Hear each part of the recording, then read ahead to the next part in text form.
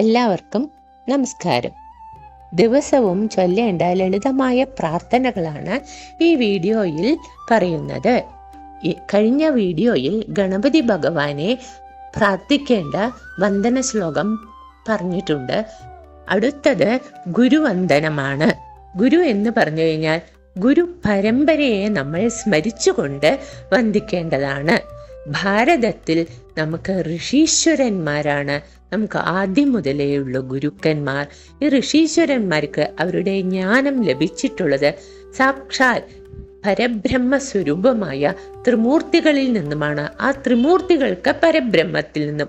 അങ്ങനെ നമ്മൾ ഋഷീശ്വരന്മാരെ, ത്രിമൂർത്തികളെ എല്ലാം സ്മരിച്ചുകൊണ്ട് ഗുരുവന്ദന ശ്ലോകം ചൊല്ലണം. ഇപ്രകാരമാണ് ഗുരുവന്ദന ശ്ലോകം.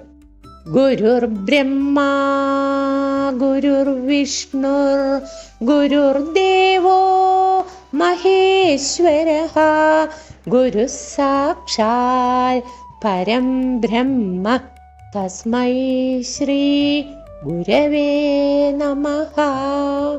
നിത്യവും ഗുരുവന്ദനം ചെയ്യുന്നതിലൂടെ നമുക്ക് ഗുരു കൃപാകടാക്ഷം കൊണ്ട് നമ്മിലുള്ള അജ്ഞതയെല്ലാം മാറി ജ്ഞാനത്തിൻ്റെ പ്രകാശം നമ്മളിൽ തെളിയട്ടെ എന്ന് നമുക്ക് പ്രാർത്ഥിക്കാം. നമുക്ക് അറിവ് പകർന്നു തരുന്നവരെല്ലാവരും നമ്മുടെ ഗുരുക്കന്മാരാണ്. അത് മനുഷ്യന്മാർ മാത്രമായിക്കൊള്ളണമെന്നില്ല. പ്രകൃതിയിലുള്ള സർവവും ഗുരുക്കന്മാരാണ്. ഉദാഹരണമായി ക്ഷമയ്ക്ക് ഭൂമിദേവിയെയാണ് കണ്ടുപഠിക്കേണ്ടത്. ഭൂമിദേവിയെ എന്തെല്ലാം വിധത്തിൽ നമ്മൾ മുറിവേൽപ്പിച്ചാലും അതെല്ലാം ക്ഷമിച്ചുകൊണ്ട് നമുക്ക് വേണ്ടതെല്ലാം ഭൂമിദേവി നൽകുന്നു. അതുപോലെ നമ്മുടെ ചുറ്റും വീശുന്ന കാറ്റ് എല്ലാം ശുദ്ധമാക്കിക്കൊണ്ട് നമ്മുടെ ചുറ്റും വീശുന്നു. നമുക്ക് പ്രാണവായു തരുന്നത് കാറ്റാണ്. കാറ്റില്ലെങ്കിൽ ശ്വാസം മുട്ടി എല്ലാവരും മരിച്ചു പോകും. ആ കാറ്റിന് തിരിച്ച് നമ്മൾ എന്തെങ്കിലും ചെയ്യുന്നുണ്ടോ? ഒന്നും ചെയ്യുന്നില്ല അല്ലേ?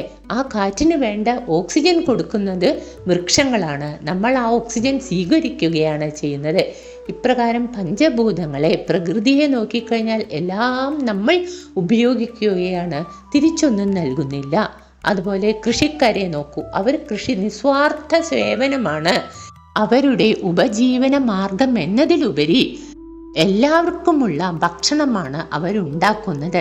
രാപ്പകലില്ലാതെ കൃഷിയിടങ്ങളിൽ കഷ്ടപ്പെട്ടവർ പണിയെടുക്കുന്നു. ഇതുപോലെ ഓരോരോ ആളുകളെ നോക്കിയാൽ ഓരോരോ മേഖലകളിൽ ജോലി ചെയ്യുന്നവർ അവരുടെ ജീവിതത്തിനു വേണ്ടി മാത്രമല്ല, ഈ ലോകത്തിൻ്റെ നന്മയ്ക്കായി തന്നെ അവർ പ്രവർത്തിക്കുകയാണ്.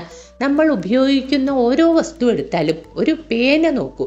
ആ പേന നമ്മുടെ കയ്യിൽ വരുമ്പോൾ നമ്മൾ ആലോചിക്കേണ്ടത്, ആ പേന ഏതോ വലിയ ഫാക്ടറിയിൽ എത്രയോ പേര് അധ്വാനിച്ചുണ്ടാക്കി, അവിടെ നിന്നും ലോറിയിൽ വലിയ ഗോഡൗണിൽ വന്ന്, അതിൽ നിന്നും ചെറിയ ഗോഡൗണിൽ വന്ന്, പിന്നീട് കടയിൽ വന്ന് ആ കടക്കാരൻ നമുക്ക് വിറ്റ് അത് നമ്മുടെ കയ്യിലെത്തുന്നു. അതിന് നമ്മൾ അങ്ങോട്ട് പണം കൊടുക്കുന്നു. ഈ പണം എങ്ങനെ നമ്മുടെ കയ്യിൽ കിട്ടുന്നു? നമ്മുടെ അച്ഛനമ്മമാർ അല്ലെങ്കിൽ വലിയവരാണെങ്കിൽ അവർ ജോലി ചെയ്ത് ആ പണം സമ്പാദിക്കുന്നു. കുട്ടികൾക്ക് അച്ഛനമ്മമാർ അധ്വാനിച്ചിട്ട് ആ പണം കൊണ്ട് വാങ്ങിക്കൊടുക്കുന്നു. അപ്പോൾ ഇതിൽ എത്ര പേരെ നമ്മൾ സ്മരിക്കണം? മാതാ പിതാ ഗുരു ദൈവം എന്ന് ഭാരതീയ സംസ്കാരം ആദ്യമേ പറഞ്ഞിട്ടുണ്ട്. അതുകൂടാതെ ഈ പ്രപഞ്ചത്തിലുള്ള സർവ്വതും നമ്മളെ ഓരോരോ കാര്യങ്ങൾ, നല്ല കാര്യങ്ങൾ പഠിപ്പിക്കുന്നുണ്ട്. അത് കാരണം ഈ പ്രപഞ്ചവും പ്രപഞ്ചത്തിലുള്ള എല്ലാ ജീവജാലങ്ങളും സർവവും നമുക്ക് ഗുരുക്കന്മാരാണ്. അപ്പോൾ ഗുരുവന്ദനം ചെയ്യുമ്പോൾ മാതാവിനെയും പിതാവിനെയും പ്രപഞ്ചത്തിലുള്ള സർവരെയും നമ്മൾ മനസ്സുകൊണ്ട് നമിക്കണം. എല്ലാവരെയും ഈശ്വരൻ അനുഗ്രഹിക്കട്ടെ. എല്ലാവർക്കും ഗുരു കൃപാകടാക്ഷം ഉണ്ടാകട്ടെ എന്ന് പ്രാർത്ഥിക്കുന്നു. ഈ വീഡിയോ ഇഷ്ടപ്പെട്ടാൽ ലൈക്ക് ചെയ്ത്, ഷെയർ ചെയ്ത്, സബ്സ്ക്രൈബ് ചെയ്യുമല്ലോ. ഇതുപോലെ ലളിതമായ പ്രാർത്ഥനകളും അറിവുകളും തുടർന്നു വരുന്ന വീഡിയോകളിലും പറഞ്ഞു തരാം. എൻ്റെ പേര് ലളിതാംബിക വിശ്വനാഥൻ. ചൊല്ലിയിട്ടുള്ള ഗുരുവന്ദന ശ്ലോകം ഞാൻ ഡിസ്ക്രിപ്ഷൻ ബോക്സിൽ കൊടുത്തേക്കാം. സർവത്ര ഗോവിന്ദനാമ സങ്കീർത്തനം. ഗോവിന്ദ ഗോവിന്ദ നാരായണാഖില ഗുരോ ഭഗവൻ നമസ്തേ. ശ്രീകൃഷ്ണാർപ്പണമസ്തു.